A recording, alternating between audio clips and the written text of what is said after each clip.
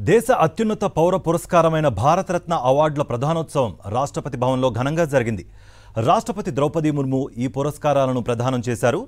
మాజీ ప్రధానుడు పివి నరసింహారావు, చౌదరి చరణ్ సింగ్, బీహార్ మాజీ సీఎం కర్పూరి ఠాకూర్తో పాటు హరిత విప్లవ పితామహుడు, వ్యవసాయ శాస్త్రవేత్త ఎంఎస్ స్వామినాథన్కు మరణానంతరం భారతరత్న ప్రకటించింది కేంద్ర ప్రభుత్వం.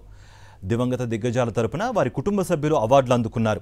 మాజీ ప్రధాని పివి నరసింహారావు తరపున ఆయన కుమారుడు పివి ప్రభాకర్ రావు రాష్ట్రపతి చేతుల మీదుగా భారతరత్న పురస్కారం అందుకున్నారు.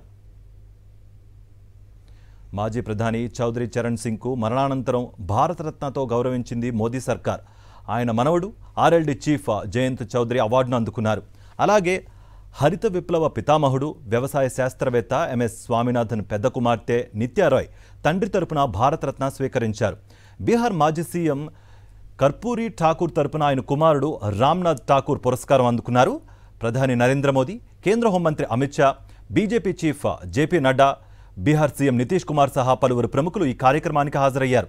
బీజేపీ కురువృద్ధుడు ఎల్కే అద్వానీకి రేపు ఇంటికి వెళ్లి భారతరత్న పురస్కారం అందించనున్నారు ప్రధాని మోదీ.